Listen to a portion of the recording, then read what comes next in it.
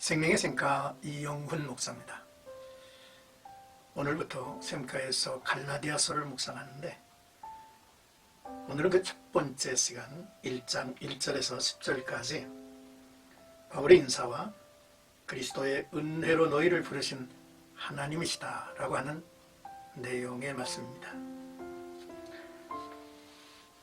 갈라디아는 지금 터키 지방에 있던 지명으로 하나의 도시가 아니라 한 지역을 말하죠. 성경에서 거론되는 바시디아, 안디옥, 이고니온, 루스트라, 더베 등을 포함하고 있습니다. 바울은 전도 여행길에 이 지역을 거쳐갔죠. 바울의 전도를 통해서 교회가 세워지기도 했고 성도들은 거의 이방 출신들이었습니다. 바울은 그의 3차 전도 여행에 이 지역을 다시 방문한 것으로 전해지고 있죠. 어느 시점인지는 확실하지 않습니다만 바울은 그곳 소식을 듣고 놀랐습니다. 유대인 거짓 교사들이 침투해서 그릇된 교리를 가르치며 교회에 큰 혼란을 가져오게 한 것입니다. 갈라디아서는 이 같은 배경에서 쓰여졌죠. 먼저 1절에서 5절까지는 바울이 사도된 근거를 분명히 하죠. 거짓 교사들은 바울의 사도직에 대해서 문제를 제시하고 그를 인정하지 않은 것 같습니다. 그러므로 그의 말에 권위가 없음을 나타내려 했을 것이죠. 바울은 자신이 전한 복음과 사도직에 의심을 받고 있음을 알았습니다. 바울은 확실하게 확신 있게 말하죠. 나는 사람에 의해서 난 것도 사람으로 말미암아 사도된 것이 아니라 나의 근원은 오직 예수 그리스도와 그를 죽은 자 가운데서 살리신 하나님 아버지로 말미암아 사도가 되었다고 선포하죠. 또한 지금 자기가 보낸 이 서신을 바울 혼자의 이름이 아니라 함께 있는 모든 형제와 더불어 편지를 보낸다고 발신자를 소개하고 있습니다. 바울과 함께한 사람들은 바나바와 안디옥에서 온 다른 사람들을 다 포함하므로 이 서신의 영적 권위를 더욱 견고하게 했습니다. 거짓 교사들의 주장은 기독교 신앙을 완성하기 위해서는 구약의 율법을 지키는 것과 언약의 백성으로 표를 삼는 할례를 받아야 한다고 주장했죠. 오직 복음에 의하여 믿음으로 구원을 받는다는 교리에 뭔가 표가 있어야 하겠다는 인간적인 생각에 많은 이들이 동요를 한 것입니다. 바울도 당황했을 것입니다. 이 같은 상황에서 투쟁적인 서신 갈라디아서가 기록된 것이죠. 절박한 경고가 있습니다. 신학적 논증, 간곡한 호소가 인상 깊게 결합되어 있습니다. 사도 바울은 당시에 통용되는 편지 형식에 따라 먼저 평화의 인사를 전하고 은혜와 평강이 있기를 원했습니다. 은혜는 일반적으로 하나님으로부터 값없이 받은 선물을 가리키는데 복음 안에서는 구체적으로 사망에서의 구원을 말하죠. 이 생명의 구원이 있는 사람은 사는 일이나 죽는 일이나 평강이 있을 것입니다. 그리고 이어 4, 5절은 바울이 인사말에서부터 선포한 예수 그리스도가 어떤 분인지를 명백하게 설명하죠. 그리스도께서 하나님 곧 우리 아버지의 뜻을 따라 이 악한 세대에서 우리를 건지시려고 우리 죄를 대속하기 자기 몸을 주셨으니 영광이 그에게 세세토록 있을지어다라고 했습니다. 바울은 자신이 알고 또 누리고 있으며 전하는 복음을 인사말에서 간결히 요약한 것입니다.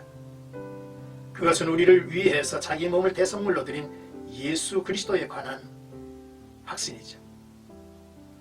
그리고 바울은 영광이 저에게 세세토록 있을지어다 아멘 이라 선언부터 해놓습니다.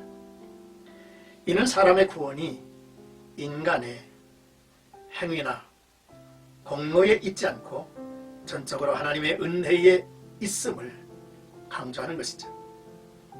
이 가르침에는 갈라디아 교인들이 가지고 있는 잘못된 생각, 즉 믿음과 더불어 율법을 행하여야 구원이 완성된다는 그릇된 구원관을 처음부터 지적하려는 의도가 있음을 보죠. 이제 6절에서 9절은 다른 복음은 없다 하였느니라 라는 내용입니다. 사도 바울은 간략한 인사가 끝나자마자 바로 본문으로 들어가죠. 본론으로 들어가는 것이죠.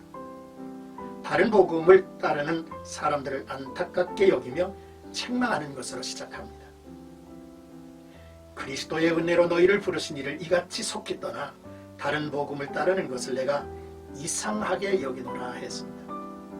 다른 복음은 없나니 다만 어떤 사람들이 너희를 교란하여 그리스도의 복음을 변하게 하려 함이라 지적했죠. 다른 복음이란 예수 그리스도를 믿는 은혜 안에서 구원을 얻는 복음을 떠난 것을 말하죠. 떠났다는 것은 하나님께 등을 돌렸다는 것이고, 다른 복음을 따른다는 말은 율법의 굴레에서 구원을 받은 자가 다시 종교의 감옥으로 돌아갔다는 의미입니다. 이는 복음 진리를 변질시키려는 거짓 교사들의 악한 의도가 있다 했죠. 거짓 교사들은 은혜의 복음과 더불어 사람의 행위와 공적을 더할 것을 요구했습니다.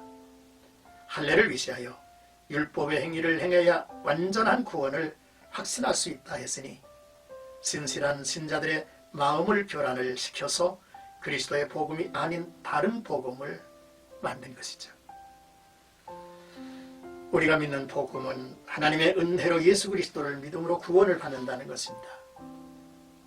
여기에는 사람의 의도나 힘이 담겨 있음이 아니며 전적으로 하나님 편에서 준비하시고 선포하신 것이라는 말씀이죠. 세상의 그 어떤 것으로도 죄를 없이 할 수가 없습니다. 사람의 그 어떤 노력으로도 구원을 받을 수 없다는 것이죠.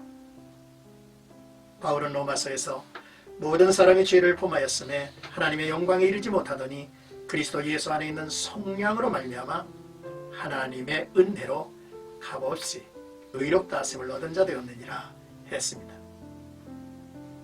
바울은 한 걸음 더 나아가서 단호하게 말하죠.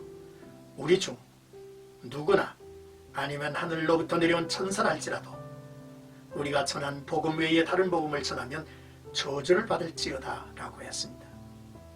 또 다시 말하노니 라고 하면서 반복해서 저주를 받을 것이다 라고 강조합니다.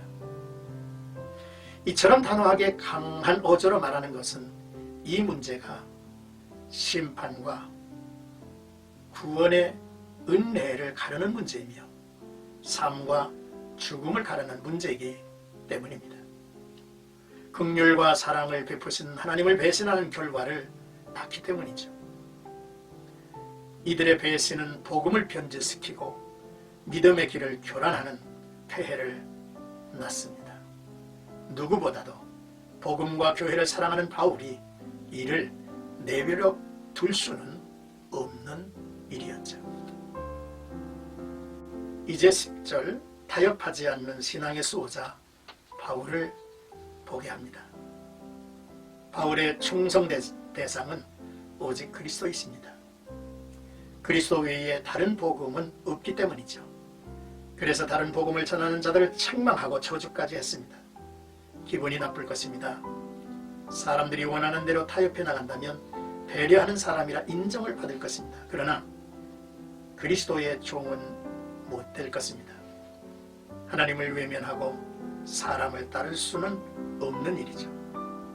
하나님이 보실 때 기뻐하시며 인정을 받을 철저한 진리의 수호자이며 복음이 증인이어야 합니다. 바울은 복음을 전하고 그 복음을 수호하고 빗나가는 교회와 성도를 바로잡는 일에 충성스러운 인물이었죠. 비진리, 곧 거짓과 타협하지 않는 사도의 모습을 우리에게 보여주고 있습니다.